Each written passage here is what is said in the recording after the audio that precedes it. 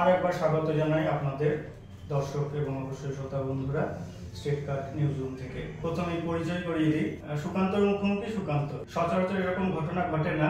মহাকাশে যখন কোনো কারণে জ্যাম লেগে যায়, সমস্ত গ্রহগুলো এসে মুখ থুবড়ে এক জায়গায় পড়ে, তখন এরকম সুকান্তর সঙ্গে সুকান্ত মুখোমুখি হয়ে যায়। তবে আমরা কেউ ভট্টাচার্য নই, উনি দে, আমি ব্রাহ্মণী। আলাদা করে পরিচিতি দেওয়ার কিছু নেই। বর্তমানে পরিচিত মুখ বিভিন্ন ক্ষেত্রে, আপনারা সকলেই চেনেন, জানেন, প্রত্যেকেরই খুব কাছের। তবু বলার জন্য বলতে হয়, তিনি কবি, প্রাবন্ধিক, রম্য রচনাকার, সংগঠক, সম্পাদক, মানে বলে শেষ করা যাবে না আর কি বিশ্লেষণগুলো। প্রত্যেকটা বিষয়ে আমরা আসবো একটু একটু করে। তবে যেহেতু সাহিত্যিক বলা যায়, সাহিত্যের এতগুলো ক্ষেত্রে যখন বিচরণ করেন, সেহেতু আমরা কবিতা দিয়ে অনুষ্ঠানটা আজকে শুরু করছি। প্রথমে একটা কবিতা যদি আমাদের শোনাও। নমস্কার, স্ট্রেট কাট নিউজকে ধন্যবাদ আমাকে এখানে ডাকার জন্য। তো আমার প্রথম কবিতার বই যাপনের ছায়াপথ থেকে এর যে বিভাগ কবিতা আছে সেটাই শোনাই। ভূমিকার নামে বনিতা নয়, যেসব দরাজ হাত হৃৎপিণ্ডের মতো চাপড়েছে পিঠ, তাদের জন্যই শিরদাঁড়া পুঁতেছি পৃথিবীর মেরুদণ্ডে। অদৃশ্য কর্মীর মতো বাঁচা সে বড় শেখার বিষয়। মুকুটে ময়ূরের পালক গুঁজে মৃত্যুর গন্ধ ঢাকার অপচেষ্টায় গন্ডা গন্ডা মূর্তি, প্রকৃতির মাথায় কদম ছাঁট। জীবনের মফস্বলে বসে এ আমার অশরীরী হওয়ার সাধনা। বাহ, খুব সুন্দর। কবিতা নিয়ে কিছু বলারই নেই। ওর সঙ্গে সঙ্গে আমি আরো প্রশংসা করবো তোমার কণ্ঠস্বরটার, মানে এত উপযুক্ত আর কি কবিতা পাঠের ক্ষেত্রে। একটু গাম্ভীর্য না হলে ঠিক এই ব্যাপারগুলো আসে না। ঠান্ডা লেগে এটা হয়ে গেছে। ও আচ্ছা আচ্ছা, আমরা ঠান্ডাটা আমাদেরকে বুঝেছে তাহলে। আচ্ছা, যেটা এর পরে আসবো, প্রথম প্রশ্নেই সাহিত্যের মধ্যে তো অনেকেই আছেন, বিশেষ করে বর্তমানে প্রচুর সাহিত্যিক বর্তমান দিনে আর কি লেখার একটা ঝোঁক দেখা যাচ্ছে। কিছু পুরনো দিন থেকে তো আছেই। তুমি কবে থেকে এই পথে এলে, বা প্রথম লেখা কবে থেকে, প্রথম প্রকাশ কোথায়, এগুলো যদি সব একটু আমাদেরকে জানাও। প্রথম প্রকাশ কবে মনে নেই, তবে ক্লাস 9-এ আমাদের সময়, আমরা যখন একটু ছোট, তখন আমাদের এখানে রাশিয়ান বই পাওয়া যেত। রাশিয়ান বইগুলো আসতো এবং সেগুলো খুব সুন্দর, খুব ছবি টবি দেওয়া বই, এবং রাশিয়ান রূপকথা লেখা ছিল। প্রথম বিস্ময় আমার হয় যে রাশিয়ান রূপকথা, অথচ সেখানে রূপকথা নাম দেওয়া আছে, অথচ কোনো রাজা নেই, রানী নেই, সাধারণ মানুষের কথা বলা আছে আর কি। তো সেখানে একটা গল্প ছিল যে স্কেট নিয়ে একটা ছেলে আছে আর কি। তো ওই প্রথম লিখেছিলাম স্কেটস বগলে ছেলেটা, ওই 3-3-3, এবং ওই 9 লাইনে লেখার চেষ্টা করেছিলাম। তখন আমার যতটা মনে হয় যে সেই সময় হয়তো এই মেঘনাদ বধ বা এইসবের একটা প্রভাব সবে আসতে শুরু করেছে। স্কুল পাঠ্য গাঢ় ধরে কবিতা পড়াচ্ছে, মানে কবিতা লিখলেও মাঝে মাঝে মনে হয় যে আমরা তখন বলতাম যে এই কেন লিখেছে বাবা, এই পরীক্ষায় আমাদের পড়তে হচ্ছে, এই ঝামেলা। এখন নিজে লিখছি, মাঝে মাঝে এটাও মনে হয়। তবে আমি বেসিক্যালি স্কুল পাঠ্য লেখা কোনদিনই লিখি না। আমি চেষ্টাই করি যে সাধারণ আমাদের যে রোজকার কথা, সেই কথাগুলো বলা। আমি কখনো ভাবি না যে কখনো এই আমার লেখা স্কুলে পড়ানো হোক। আচ্ছা, না ওইভাবে হয়তো কেউই লেখেন না আমার মনে হয়। মানে পরবর্তীকালে হয়তো সেটা জনপ্রিয়তা দেখে বা গুণাগুণ দেখে হয়তো নির্বাচিত হয়, মানে আমার ধারণা, আমি যতটুকু জানি আর কি। হতেও পারে তুমি লেখো না, তোমার লেখা হয়তো 20 বছর পর দেখলে পাঠ্যসূচির অন্তর্ভুক্ত হয়ে গেছে। খুব মুশকিল হবে সেদিন হয়তো অন্য কেউ তোমাকে বলবে কেন লিখে গেছে, উল্টোটাও হতে পারে। মানে লেখককে কিভাবে পাঠক নেবে সেটা পাঠকের একদম নিজের ব্যাপার। আচ্ছা, একটা বিষয় আমরা জানতে পেরেছি, তুমি প্রথমে লেখালেখির মধ্যে আসার পরে কোনো একটা কারণে, সেখানে তোমার কাছ থেকে শুনতে চাইবো, দীর্ঘদিন লেখা থেকে দূরে ছিলে, পরে আবার লেখায় ফিরে এলে। এবার প্রথম প্রশ্ন হচ্ছে, জানতে চাইবো যে কেন লেখা থেকে দূরে সরে গিয়েছিলে, দীর্ঘদিনের গ্যাপটা রেখে আবার যখন লেখায় ফিরে এলে, তার মধ্যে তুমি পাকাপাকি ভাবে ব্যবসাদার, সোনার ব্যবসার সঙ্গে যুক্ত, মানে অলংকার ব্যবসার সঙ্গে যুক্ত। ওটা তো একটা লাভজনক পেশা। তোমার কি মনে হলো যে এখানে আরো বেশি লাভ করতে পারবে, সেই জন্য ফিরে আসা?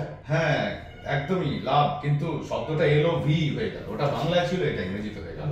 আর লেখা শুরু হওয়ার পরে প্রত্যেকেরই একটা ফেজ যায়, যখন সে অর্থনৈতিকভাবে স্বাবলম্বী হওয়ার চেষ্টা করে। এই যে ফেজটা চলে, সেই ফেজে গিয়ে লেখার প্রেশারটা, চাপটা কমে যেতে থাকে। মানে লেখার যে আগ্রহ, চাহিদা আচমকাই আমার ক্ষেত্রেও খানিকটা তাই হয়েছিল। এবং যখন সেখানে একটুখানি তিতু হয়ে গেলাম, তখন আবার সেই পুরনো চাহিদাগুলো চাগার দিতে শুরু করলো। মানে ইনফ্যাক্ট আমি এই রিসেন্টলি খুব ভারতীয় দর্শন নিয়ে এবং ফিলোসফি নিয়ে পড়াশোনা করতে করতে হঠাৎ একটা জায়গায় একটা জিনিস দেখলাম, আইনস্টাইনের একটি উক্তি। উনি বলছেন, I am a determinist, as such I do not believe in free will. আমাদের বাংলায় গান আছে, তোমার কর্ম তুমি করো মা, লোকে বলে করি আমি, আমি যন্ত্র তুমি যন্ত্রী, যেমন চালাও তেমনি চলি। একটা ভাববাদের কথা, আস্তিকতার কথা। আর অন্যদিকে আইনস্টাইন, তিনি তো এই ভাববাদের মধ্যে নয়, তিনি বিশ্বাস করতেন যে এই মহাবিশ্ব একটা ফিজিক্সের রুলের ভেতর দিয়ে চলছে। দুজনেই কিরকম কোইনসাইড করে যাচ্ছে, দুজনকার বক্তব্যই যেন কোথাও তো আমারও সেরকমই মনে হয় যে এই টানটা এই দিকে হয়তো আমার আসার ছিল, নিজেকে প্রকাশ করার জন্য, নিজের কথাগুলোকে বলার জন্য। এবং কবিতা পড়তে পড়তে কোথাও কবিতার প্রতি একটা ভালো লাগাও কোথাও কোথাও তৈরি হয়ে যায়। আরেকটা জিনিস, একটা মানুষ অনেক সময় নিজেকে আবিষ্কার করে, যেমন ধর আমি বলছি যে অ্যাডোলেসেন্ট পিরিয়ডে তার আগে এবং পরে মানুষটা কিন্তু আলাদা হয়েছে, একদম আলাদা। ফলত এই জায়গাতেও তাই, যখন একটা মানুষ দেখলো যে আমি চাইলে এটা করতে পারছি, এই পারছিটার উপর তার একটা টান তৈরি হয়। মানে এটা অদ্ভুত একটা ব্যাপার, কিন্তু এটা হয়। এবং সেরকম করেই আমার আবার লেখাটা ফিরে আসা। যদিও তার আগে আমি কাগজ করেছি বর্ধমানে। এটা একটা খুব বলার কথা যে প্রথম অরুণাভ চক্রবর্তী, এখন যিনি মিউনিসিপাল বয়েজ স্কুলের হেডমাস্টার মশাই, প্রবালদা, আমরা প্রবালদাই বলি, ডাক নামে ডাকি, প্রবালদার বাড়িতে আমাদের প্রথম কবিতার চর্চা শুরু হলো।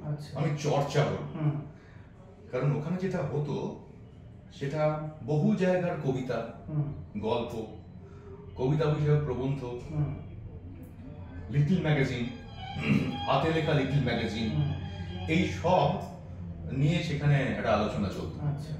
এবং ওখানে একটা বিষয় ছিল যে কেউ কবিতা নিয়ে এলে সে পড়ার সঙ্গে সঙ্গে, যেটা আমরা অনর্গলে করে থাকি, সেইটাও হতো যে কবিতা পড়ার পরে অন্যরা সমালোচনা করবে, এবং সমালোচনা করে ওরা ধুম সমালোচনা করবে, এরকম কোনো রাগ ভাগ করে ব্যাপার। এটাই করা উচিত, আর নাহলে সৃষ্টি আসবে না। হ্যাঁ, সে যাই হোক, সেটা প্রথম শুরু হয় প্রবালদার বাড়িতে। এবং ওখানে আমরা গোট শহর বলে একটি কাগজ করতাম। ওই সময় আমি ছিলাম, কৌশিক নন্দন আমার এক বন্ধু, যে আজকে আর নেই, দেবর্ষী কাঞ্জিলাল আজকে আর নেই, আছে সুদীপ্তা, সঞ্চিতা, প্রবালদা তো নতুন করে আবার সেই একই ফ্রেম দিয়ে আজকে কবিতার ভুবনের যে অনুষ্ঠান সেটা প্রবালদা করছেন, যেখানে এখন যেরকম বারবারই হয় এইটা কথা বারবার উঠছে, এত কবি কেন। এবং কবিতা পাঠের প্রচুর আসর হয়, সেখানে নিজের কবিতাটি পড়ে অন্য লোকেরা নেমে চলে যায়, মানে অন্য লোক শোনে না, প্রত্যেকেই চায় যে আমি আমার কবিতাটি পড়ি, পড়ে কেটে পড়ি। এবং পত্রিকায় প্রকাশ পেলেও নিজেরটা উল্টে আগে দেখে নেন, অন্য লোক আর শুনে দেখেন না। হ্যাঁ, আমাদের বর্ধমান লিটল ম্যাগাজিন মেলায় এবারে একটি বিতর্কের বিষয় আছে যে লিটল ম্যাগাজিনের লেখক নিজের লেখাটি ছাড়া অন্য কোনো লেখা পড়েন না। ইভেন কেউ কেউ বলছে না, নিজের লেখাটিও তিনি গোটাটা পড়েন না, তিনি একটুখানি দেখে নেন যে ভুলভাল ছাপা হয়েছে কিনা। যদি কোথাও একটু বানান ভুল টুল পায়, তাহলে প্রকাশককে বা সম্পাদককে, এই বাবু আমারটা, মানে ব্যাপারটা এরকম। তো সেই নিয়ে বিতর্ক আছে। আচ্ছা, পত্রিকার নাম আমরা কিছু পেলাম, ওই প্রসঙ্গে পরে আসবো। আমরা তার আগে জেনে নিই, তোমার যে পরিচিতির মধ্যে আমরা বললাম কথাগুলো, যে তোমাকে আমরা কবিতার মধ্যে পাই, প্রবন্ধের মধ্যে পাই, রম্যরচনার মধ্যে পাই। তো জানতে ইচ্ছা করছে, কোনটা লিখে তোমার তৃপ্তি সব থেকে বেশি হয়, বা কোনটা বেশি টানে? এই আমি আরেকটা কথা বলি, সেটা হচ্ছে যে মানুষের বিভিন্ন রকম মুড আছে। এই মুহূর্তে আমি যেটা ভাবছি, আজকে যদি ধর আমি কবিতা নিয়ে কোনো একটা কথা বলি, এটি এরকম নয় যে এইটাই একটা স্থির সিদ্ধান্ত, এর বাইরে কিছু নেই, বা 2 মাস 5 মাস বা 1 বছর পরে গিয়ে আমার মনে হলো সেই সময়ে বসে আমার যে ধারণাটা ছিল সেই ধারণাটা ঠিক নয়, আর একটু এদিক ওদিক করা যায় গেছে। হ্যাঁ হ্যাঁ, মানে যেরকম এই কথার প্রসঙ্গেই বলি যে নিউটনের যে থিওরি তা আমাদের এই কমন জায়গার মধ্যে চলে। আইনস্টাইন এসে দেখলেন যে লাইট এসব মেনে টেনে চলছে না, তিনি দেখলেন যে ওনার নিয়ম সবই চলে, কিন্তু একটা বিশেষ সীমাবদ্ধতার ভেতরে চলে। তো আমরা সবসময় একটা সীমাবদ্ধতার ভেতরে আছি, সেই সীমাবদ্ধতার ভেতরে থেকে আমি কোনো একটা ধারণা পোষণ করছি, কাল সেটা বদলেও যেতে পারে। হ্যাঁ, এবং এই ক্ষেত্রে দেখবে একটা তুলনা দেওয়া খুব ভালো, নদীর সঙ্গে অনেক কিছু তুলনা করা হয়। ঠিক, মানে আমার তো মনে হয় সমগ্র জীবন যাপনটাই নদীর মতো প্রবহমান এবং পরিবর্তনশীল। মানে আজকে নদীটাকে যে জায়গায় দেখছি, যে রূপে দেখছি, আগামী কয়েক বছর পর হয়তো সেই রূপে সেই জায়গায় নাও থাকতে পারে। ঠিক, সবকিছুই বোধহয় এরকম ভাবেই চলে। আচ্ছা, এই পর্যন্ত তোমার কি কি বই কটা প্রকাশ হয়েছে যদি একটু জানাও? প্রবন্ধের রম্যরচনা আলাদা আলাদা করে। এখনো পর্যন্ত প্রবন্ধ আর রম্যরচনার কোনো বই প্রকাশিত হয়নি। আচ্ছা, প্রথম দুটি বই, একটি যাপনের ছায়াপথ, তারপরের কবিতার বইটা এই ছোট কুরচি ফুলের আতশ কাঁচ কবিতার বই। আচ্ছা, তৃতীয় বইটা গল্পের, চিলেকোঠার মেঘমালার, এটা গল্পের বই। আচ্ছা, এগুলো কোথা থেকে প্রকাশ হয়েছে যদি একটু জানাও? প্রথম প্রকাশ তো নিজেরটা নিজেই, তারপরে বার্নিক আচ্ছা কবিতার বই, গল্পের বই ছাপাখানা থেকে, আবার একটি বই আসতে চলেছে বার্নিক থেকে, সেটাও কবিতার বই। আচ্ছা, বুকিং দণ্ডনীয় অপরাধ। হ্যাঁ, রিসেন্টলি এটা বেরোবে আর কি, মেলায়। ওটার প্রসঙ্গে পরে আসছে। তার আগে আরো অনেক আরেকটি গদ্যের বই এর কাজ চলছে, সেটাও ছাপাখানা গত বছরে প্রস্তাব দিয়েছিল, কিন্তু আমি কাজটা করে উঠতে পারিনি। এবারে আশা করা যায় কলকাতা বইমেলায় গদ্যের বইটা। আচ্ছা, এবার আসি একটা ব্যক্তিগত অনুভূতির জায়গা থেকেই বলছি। দর্শকরা তোমার আরো কবিতা কিছু শুনবে পরবর্তীকালে, আমি নিজের অভিজ্ঞতা থেকে বলছি আর কি। সুকান্তদের রম্যরচনা এবং সুকান্তদের কবিতা, প্রবন্ধের দিকটা আমি যাচ্ছি না, কবিতা এবং রম্যরচনা যারা পড়েছে যে সমস্ত পাঠকরা, তার মধ্যে আমি একজন, এবং নিয়মিত শুনেছি এক জায়গায় আড্ডা দেওয়ার খাতিরে বিভিন্ন সময়ে। তো আমার ব্যক্তিগত জায়গা থেকে যদি বলো, আমি বলবো সুকান্তদের রম্যরচনা কবিতাকে গুনে গুনে ছক্কা মারবে। কবিতা আমার মনে হয় সেই জায়গায় বারবার রম্যরচনার কাছে হয়তো বোল্ড হয়ে যেতে পারে। এটাকে নিয়ে তোমার ভাবনা চিন্তা কি, বা তুমি কি এই ধরনেরই লিখে যাবে এই প্যাটার্নটাকে ফলো করে, নাকি পরবর্তীকালে আবার মনে করবে যে না, আমার কাছে আমার দৃষ্টিভঙ্গিতে দুটোই ঠিক আছে, ওটা পাঠকের ব্যাপার? যদি একটু বিস্তারিত বলো। হ্যাঁ, এক নম্বর হচ্ছে যে আমার রম্যরচনা লিখতে দারুণ ভালো লাগে। ভালো লাগার যেটা জায়গা আছে, আমি তুই যদি খেয়াল করে দেখিস যে প্রত্যেকটা মানুষের ভেতরে একটা উইক আছে, একটা খুশি মজা এরকম একটা ব্যাপার আছে। তো আমার মনে হয় রম্যরচনার ক্ষেত্রে আমি যেটা করি সেটা হচ্ছে আগে মানুষকে বাইরে বেরিয়ে আসতে দিই। আচ্ছা, কি আগে বললাম কিছু রম্যরচনা ছোট্ট ক্লিপ করে নিয়ে আসতে পারতাম যাতে শোনানো যায় ব্যাপারটা। তো এবং তারপর আমার যে মূল বক্তব্য, যার জন্য আমি কবিতার বদলে রম্যরচনাটা পেশ করছি, সেইটাকে নিয়ে আসি। আচ্ছা, ইভেন আমি গদ্যের মানে প্রবন্ধের ক্ষেত্রেও সেই একই রকমের কাণ্ড করার চেষ্টা করি, যে কোথাও একটু স্পেস দিই, যে যাতে পাঠকের একটা সবসময় একটা খুব ভারী, এই যেমন আমরা আলোচনা করছি, হ্যাঁ, যে তুই আর আমি বসে একটা বিরাট বিজ্ঞ লোকজন এসে আলোচনা করছে, সামনে দর্শকরা শুনতে শুনতে ঘুমিয়ে গেছে হয়তো, বা ফোনটা চালিয়ে খানিকটা শোনার পরে আর শুনছে না, পার করে দিয়েছে। আমরা কিন্তু ভাবছি যে আমরা সাংঘাতিক গল্প মারছি, হেভি ভালো ভালো কথাবার্তা বলছি। কবিতা কবিতার জায়গায়, রম্যরচনার জায়গায়, প্রবন্ধের জায়গায়, যখন মনে হয় যেটা, যেমন গল্প, এটা আমার ভেতর থেকে মানে টান দিয়ে এসেছে। আচ্ছা, ব্যাস, দ্যাটস অল। না, এই প্রসঙ্গে আমার খুব ভালো একটা মন্তব্য করতে ইচ্ছা করছে।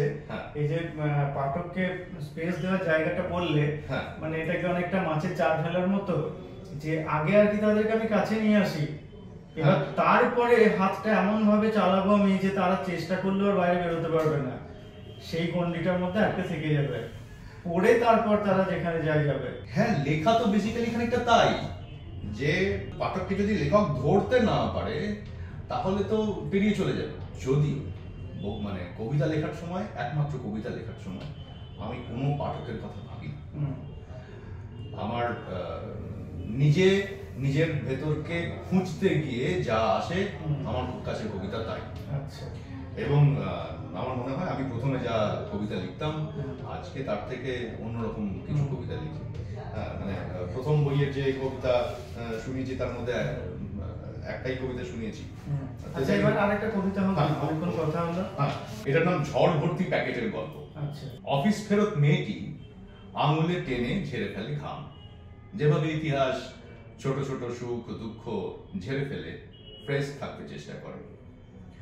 বন্ধু হতে চাওয়া পুরুষের কাছে গোপন করা শরীরী ইচ্ছে পুড়িয়ে সে তার পিতৃহীন সন্তানের জন্য দুধ চাল দেয়। সন্ধ্যের মুখে গুমট কাটাতে কাল বৈশাখী আসে। মা ছেলে ছাদে উঠে, একটা ফাঁকা প্যাকেট উড়ে আসে ঝড়ে। ছেলেটি ধরে ফেলে।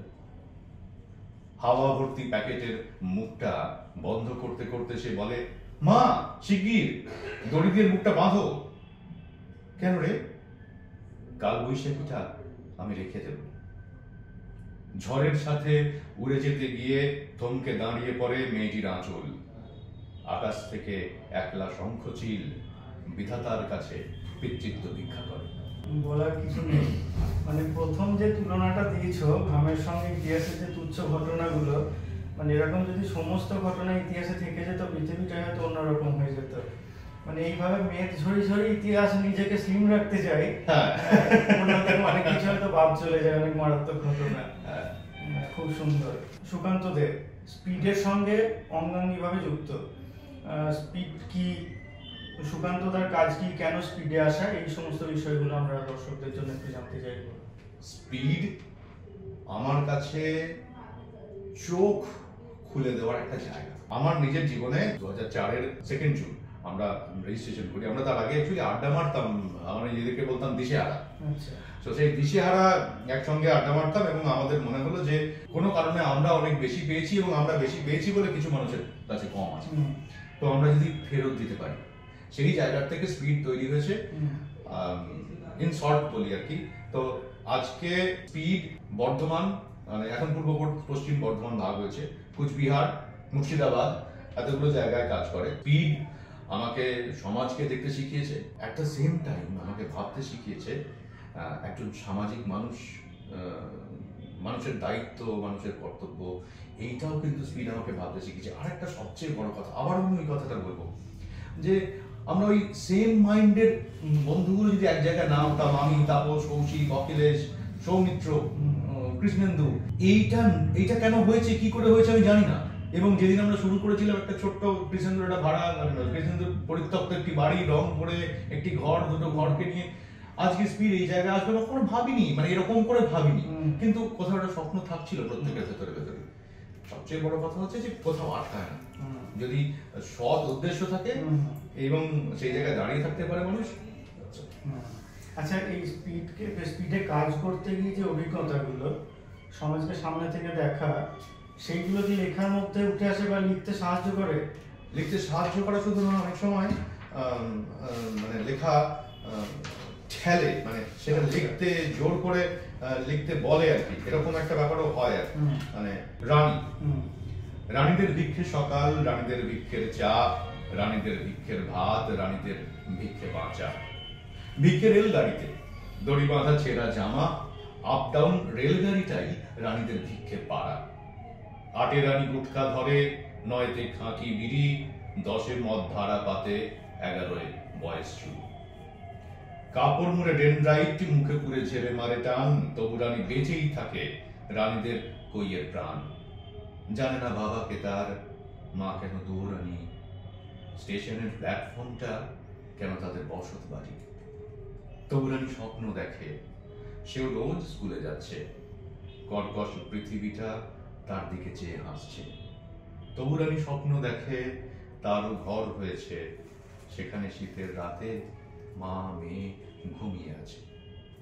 আসলে আমি এইখানে একটু কথা বলে নিই, সেটা হচ্ছে স্পিড নিয়ে কথা বলতে গেলে কয়েক ঘন্টা পেরিয়ে যাবে। আমি স্পিডকে এরকম করেই দেখি এবং আমার এই বন্ধুরা আমাকে তৈরি করছে। আমার মনে হয় যে প্রত্যেকটা মানুষকে তার চারপাশ, তার পারিপার্শ্বিক, যাকে সে জানে, যাকে সে জানে না, তারা সবাই মিলে তৈরি করে। আমি যদি বলি আমি এরকম তৈরি হয়েছি না, হইনি, আমাকে তৈরি হচ্ছে, মানে তৈরি করছে।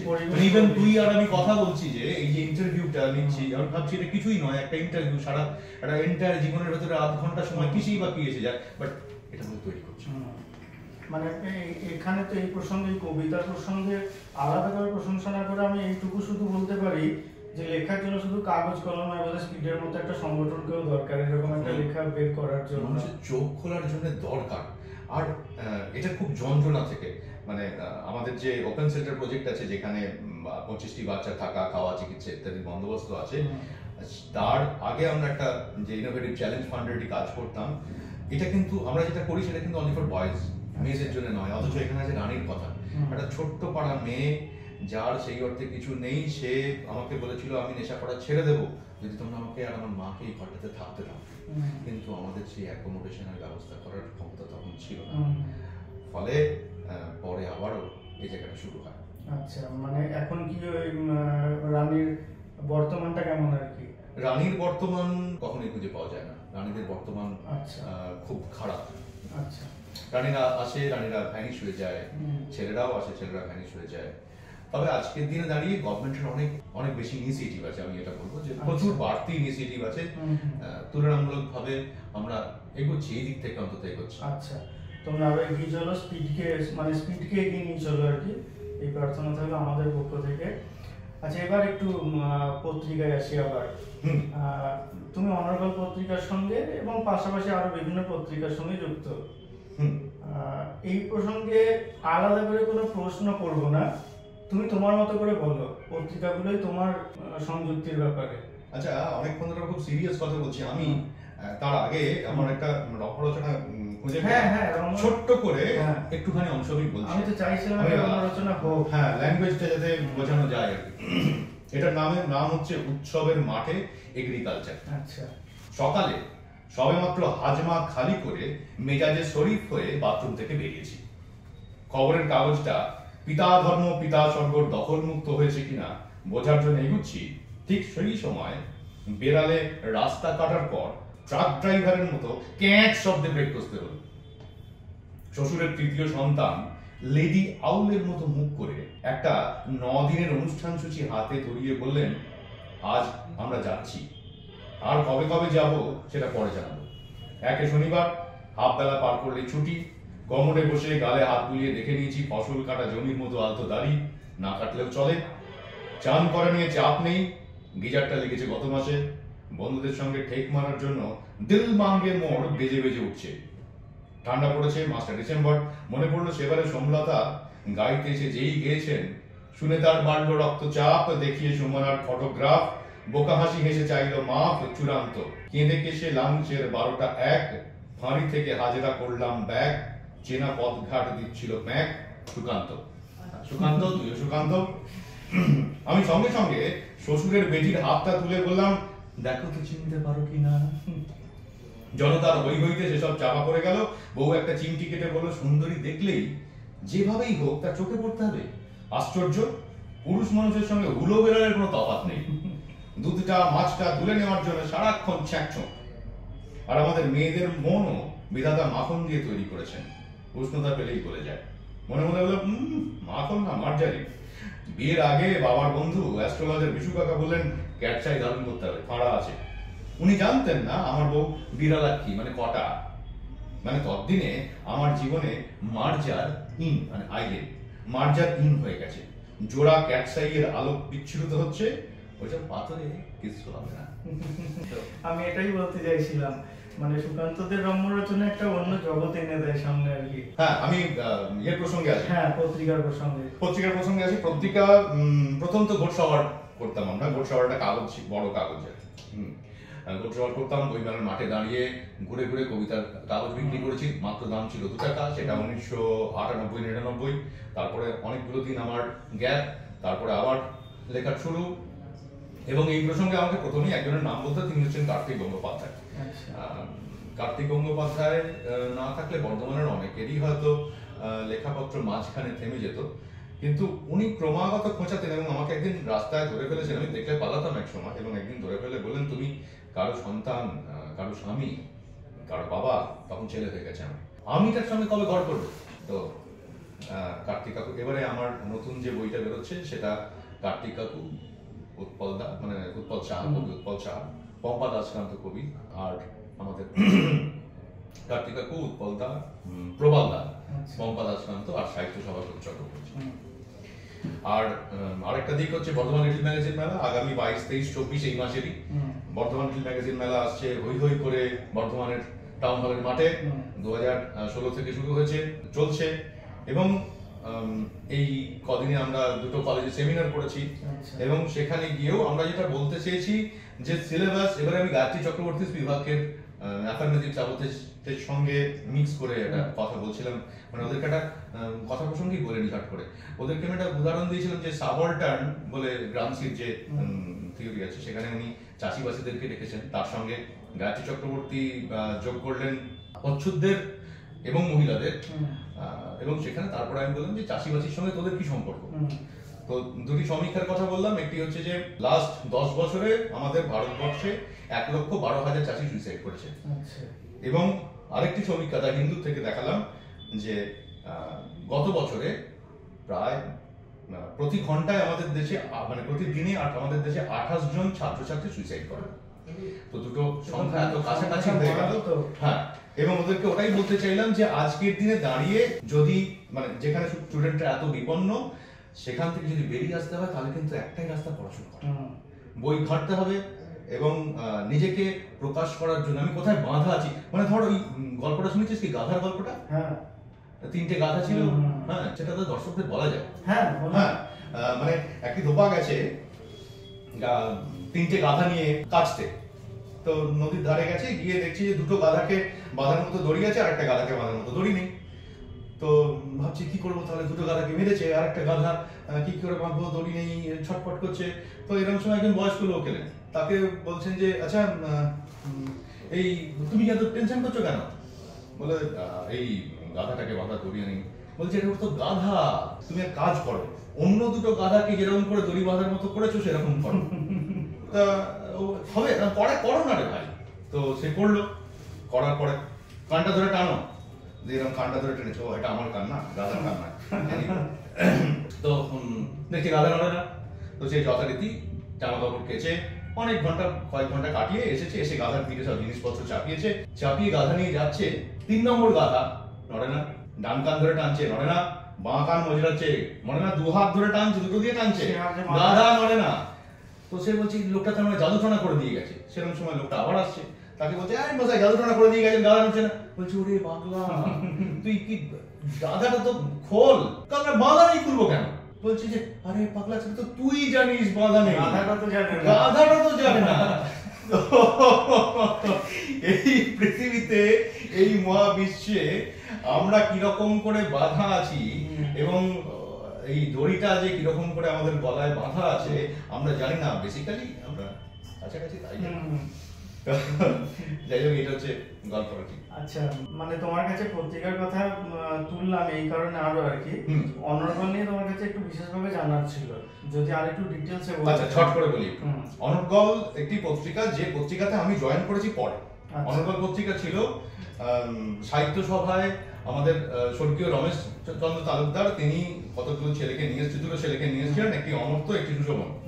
এবং তারা এসে যথেষ্ট জড়সড় হয়ে বসে আছে। তার কারণ হচ্ছে সাহিত্য সভায় আমি সবচেয়ে কম বয়সের লোক, কারণ ওদের অবস্থা তো আরো ব্যাপার, কি সাংঘাতিক একটা জায়গায় এসেছি, মানে মারাত্মক কবিদের সামনে এসেছি আমি, কি করবো, সিরিয়াস কথাবার্তা। তো আমি ওদের সঙ্গে গিয়ে হুই করে গল্প করতে গেলাম, আরে তোরা এসেছিস বল, কি করিস ইত্যাদি ইত্যাদি। তোদের মনে হলো এই লোকটার সঙ্গে একটুখানি কথাবার্তা বলা যাবে। এবং তারপরে সেদিনকে আমার মনে আছে আমি নদী বলে একটি কবিতা পড়েছিলাম, তো ওদের খুব ভালো লাগে। বাইরে বেরিয়েছে সুশোভন, এরকম করে হাত কচলাতে করতে হচ্ছে, আচ্ছা স্যার, মানে স্যার না, এই স্যার কার বলবি না, দাদা বল, হ্যাঁ হ্যাঁ দাদা, মানে ও বেচারা ঝুঁকে পড়ে যায় প্রায় আর কি। হ্যাঁ, বলছি যে ওই কবিতাটা যদি একটু আমাদেরকে দেন। হ্যাঁ নিবি, দেবেন, মানে ও ভেবেছিল বোধহয় দেবে কি দেবে না। এত পত্রিকা, এত কবিতা হরহর করে ছড়াচ্ছে, সেখানে একটা কবিতা তো অসুবিধার কি আছে? আমি তো মারাত্মক কবি নিজেকে কোনো দিন ভাবি, আজকেও ভাবি না।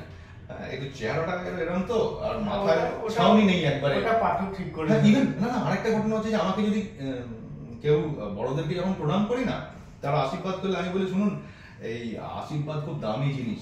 হ্যাঁ, আমার তো ধরুন মাথায় কিছু নেই, গড়িয়ে পড়ে যাবে, যা আশীর্বাদ করার পকেটে। তো অনর্গলে যেটা হয় সেটা বেসিক্যালি ওই প্রবালদার যে ফ্রেমওয়ার্ক, সাহিত্য সভার যে ফ্রেমওয়ার্ক, কবি বা গল্পকার তিনি গল্প পড়বেন, কবিতা পড়বেন, কিন্তু তিনি নিজে সমালোচকদের এগেইনস্টে কিছু বলতে পারবেন না। অনর্গলে তবু একটু স্পেস দেওয়া হয় যে যদি কবি বা গল্পকারকে পাঠক প্রশ্ন করে তাহলে সে উত্তর দিতে পারে। আচ্ছা, এইটার কারণ, এবং এখানেও একই রকম ভাবে হয় আমাদের এখানে কবিতা, গল্প, প্রবন্ধের চর্চা যেরকম হয়, কোন একটা বিষয় নিয়ে পড়াশোনা করেছে, সুশোভন যেরকম একদিন এসেছিল আমাদের ওখানে ছবি নিয়ে আলোচনা করার জন্য, এবং ও একটা পুরো স্লাইড বানিয়ে মানে ল্যাপটপ নিয়ে এসেছিল, সেটা নিয়ে আমরা সেদিনকে শুনলাম। গান নিয়ে আলোচনা হয়, দর্শন নিয়ে আলোচনা হয়, এবং সিরিয়াসলি পড়াশোনা হয়। এটা হচ্ছে অনর্গলের ফ্রেমওয়ার্ক। আচ্ছা, এই প্রসঙ্গে আমি বলবো, যারা শুনছেন, যারা লেখালেখি পছন্দ করেন, লিখতে বা পড়তে, তারা অনর্গলে আসতে পারেন। হ্যাঁ, অলওয়েজ ওয়েলকাম। একটা ভালো সংগঠন হিসেবে দেখি সাহিত্যের। আমিও কিছু পরিচিত আর কি, সেই জন্য বললাম। আচ্ছা, এবার পরিচিত মানে তুই তো সম্পাদক মন্ডলীর একজন, ইয়ার্কি মারলে হবে। বল, তারপর বল। আচ্ছা, এবার একটু সংগঠনের দিকে আসি। হ্যাঁ, সামনে লিটল ম্যাগাজিন মেলা, তুমি মেলার অন্যতম কর্ণধার একজন। মেলাটা শুরু করার উদ্দেশ্য কি, করে কতটা তোমরা কি বলবো মানে আনন্দ পাচ্ছ, এবং ভবিষ্যৎ পরিকল্পনা সম্পর্কে যদি সংক্ষেপে কিছু বলো। ঝট করে বলি, সেটা হচ্ছে কারণ আমার মনে হয় না দর্শকদের এত গল্প শুনতে ভালো লাগবে বলে। লিটল ম্যাগাজিন মেলা, বিমলানন্দ রায়, বিমলদা সত্যি যদি সংগঠক বলতে হয় তাহলে বিমলদা একটা মারাত্মক সংগঠক। হ্যাঁ, বিমলদা ডাকলো, চল একটু মেলা করবো। তার আগে আমরা বর্ণমালা বলে একটি পত্রিকা করবো বলে বিমলদা ডেকেছিল, সেই জন্য বসেছিলাম। তারপরে বর্ধমান লিটল ম্যাগাজিন মেলা করবো, এবং হই হই করে ওদের পেছন, তখন তো আমার খুব একটা ধারণা নেই ব্যাপারগুলো সম্পর্কে, ওদের সঙ্গে থেকেই আমি কাজটা শিখেছি আর কি। এবং লিটল ম্যাগাজিন মেলা প্রথমবারেই যথেষ্ট ভালো হলো। আজকে মানে এইবারে আমাদের সম্ভবত 110টা সংখ্যা থাকবে, যেটা লিটল ম্যাগাজিন। এবার টেবিলের সংখ্যা, আমি টেবিলটা হরাইজন্টাল থেকে ভার্টিক্যাল করে দিলাম এবারে, যাতে আমি বেশি সংখ্যক পত্রিকাকে আনতে পারি। অলরেডি আমাদের এবারে হয়তো ওই 92টি টেবিল থাকবে, এবং অনেক টেবিলেই একাধিক পত্রিকা থাকে, সেই হিসেবেই বলছি। এবং এবারে আমরা যেরকম কবিতার সংখ্যা কমিয়ে দিয়েছি, আমরা এবার জোর দিয়েছি আলোচনা এবং প্রবন্ধে, এই বিতর্কে, কারণ বিতর্কগুলো হওয়া উচিত, মানুষের কথা উঠে আসা দরকার আছে। আচ্ছা, আর বেশি দীর্ঘায়িত করবো না, আমরা শেষ করবো এবার। তোমার সাম্প্রতিক যে বইটা বেরোচ্ছে আর কি লিটল ম্যাগাজিন মেলায়, ওটা থেকে যদি কোনো একটা কবিতা আমাদের দর্শকদের জন্য শোনাও। তাহলে আমি দুটো কবিতা শোনাতে চাই। তার মধ্যে একটা হচ্ছে যে, আমি যেটা চাই যে বর্তমান সময়ের লেখার ধরনটা, কবিতা কিরকম লিখছি সেটার একটা দিক। আর আরেকটি যে গদ্যের বই বেরোবে, এই গদ্য নিয়ে আমি কোনো প্রশ্ন করিসনি, সময় কম পড়েছে। আমি ছোট্ট করে একটা আগে গদ্য শোনাই, যে গদ্যের বইটা বেরোবে, তারপরে দুটো কবিতা দিয়ে আমি শেষ করবো। কাঁধে বসা পাখিটার নাম ভালো লাগছে, তাই এই শীতেও জানলার গড়াদে মুখ রেখে ডাকছিল তারাতে। অ্যান্ড্রোমিডা গ্যালাক্সির এক পুরুষ স্বভাব হরিণ রোজ তার বাড়ির ছাদে এসে পায়চারি করে। মেয়েটি প্রজাপতি হতে পারেনি, পারলে সে জানতে পারত গরাদ এক ধরনের শীতকাল। বাঁশের তৈরি একটা লম্বা সাঁকো পেরোলেই বসন্ত, অপেক্ষায় তার সমস্ত পাতা ঝরে গেছে। তবু সে রোজ নিয়ম করে দাড়ি কাটে, স্নান করে, পারফিউম লাগায়। এভাবে বছরের পর বছর দাঁড়াতে দাঁড়াতে একদিন সবাই জেনে গেল চায়ের দোকানের পাশে পলাশ গাছটির কথা। একটাই কথা বলা যাবে পরে আর কি, তোমার কলমের কালি আরো দীর্ঘদিন এরকম প্রজাপতির মতো পাখা মেলুক। এবার কবিতা হিসেবে চল, এই কদিন আগে অমর তো একটা বইয়ের লিখতে গিয়ে লিখেছে যে গিন্নিকে ভয় পাওয়া বিবাহগত অধিকার। হ্যাঁ, তো এই কবিতাটার নাম হচ্ছে শ্রী শ্রী রামকৃষ্ণকে। অন্যভাবে নেবেন না, অন্যের চোখে দেখলে পাপ সবারই থাকে, তবু সবারই পাপীকে পাপী বলতে ইচ্ছে করে। পাপ বাস্কেটবলের মতো ড্রপ খাইয়ে খাইয়ে অন্যের ঝোলায় ফেলে আসার নাম জিতে যাওয়া। আমি জিততে চাইনি, শুধু শ্রীরামকৃষ্ণর সামনে দাঁড়িয়ে বান্ধবীকে ভালো রাখতে বলেছিলাম। আমার বউ ক্যারেটে জানে না, বাজ পড়লে চমকায়, আরশোলা দেখলে লাফায়, চাকরি পায়নি। কবিতা শোনালে এমন কান পেতে শোনে যেন ব্যাঙ ডাকছে বৃষ্টি আসবে। ধরফর করে জামা কাপড় তুলে আনতে ছোটে, কিন্তু এক তরকারি দুবেলা খাওয়ায় না। সে বারণ করলে আমি কিছুতেই বান্ধবীর সঙ্গে যোগাযোগ রাখতে পারবো না। তুমি প্লিজ দায়িত্ব নিও ঠাকুর, বুঝে দেখো ও যদি পাপ না হয়, আমি পাপই নই। ডিপ্রেশনে চলে যাওয়া একটা মেয়েকে যখন কেউ নদী বলে ডাকে, বল তার বয়ে না গিয়ে উপায় আছে? আমার গুলতি থেকে ঢেলা ছিটকে গেছে, তুমি প্লিজ কাঁচ রক্ষা করো। তুমি তো জানোই সুখ কেউ কাউকে দিতে পারে না, শুধু এমন একজনকে খুঁজে দাও যে সারাটা জীবন ওকে যত্নে রাখবে। কথা দিচ্ছি, গুলতির ধুমুক থেকেই রবার খুলে ফেলবো, পায়রা উড়ে যাওয়া বিষয়ে প্রবন্ধ লিখে কাটিয়ে দেব বাকি জীবন। অনবদ্য আরেকটা করি, এই লেখাটার নাম হচ্ছে খেলা হবে। খেলা হবে, এখন সবাই খেলা দেখছি, খেলা শুনছি। ক্যাপিটাল এ, ক্যাপিটাল এ সাইজের পেন্সিল ব্যাটারির মতো আমার কবিত্ব, তাই দিয়েই কবিতার বই বেরোয়, তাই দিয়ে বইয়ের মোড়ক উন্মোচন হয়। আমি ভাবি ওই ব্যাটারি দিয়েই কাল ভালো করে দাড়ি কাটতে হবে। আমার দিন, আমার রাত 9 আর 6 এর মতো না লাগালে এনার্জি ফ্লো বন্ধ হয়ে যায়। এসব কথা তো কবিতা ছাড়া বলা যায় না। রাত্রে গোপন আমি জনসমক্ষের আমিকে পাঁচবালিশের মতো জড়িয়ে শোয়ে আদর করে, হাম্পি টাম্পি ধরে নেড়ে দেয়। হোল নাইট চার্জের পর আমি শ্রীমান সুকান্ত দে আজ আবার কলকাতা বইমেলায় হাডুডু খেলতে এসেছি। আমি এটাই বলতে চাইছিলাম, মানে দর্শকদের জন্য আরো বিশেষ করে আর কি, বা তোমার যারা একনিষ্ঠ পাঠক তারা বুঝতে পারবে যে তোমার লেখা আগেকার যে কবিতার কথা বা ভাষা, সেখানে এই কবিতাটা বা সাম্প্রতিক যে কবিতাগুলো, এখানে একটা পার্থক্য লক্ষ্য করা যায়। মানে তুমি কি জেনে বুঝে এই পথটা এসেছো, নাকি এটা একটা পরীক্ষা নিরীক্ষা, পরবর্তীকালে আবার সে একটা মোলায়েম প্রেম, একটা মোলায়েম প্রতিবাদ সেই জায়গায়? দেখো যা প্রথমেই যে বললাম, আমার এই মুহূর্তের যেটা সত্যি সেটা কালকের মুহূর্তের সত্যি না হতে পারে, গতকালের সত্যিটা আজকের সত্যি। এক্স্যাক্টলি।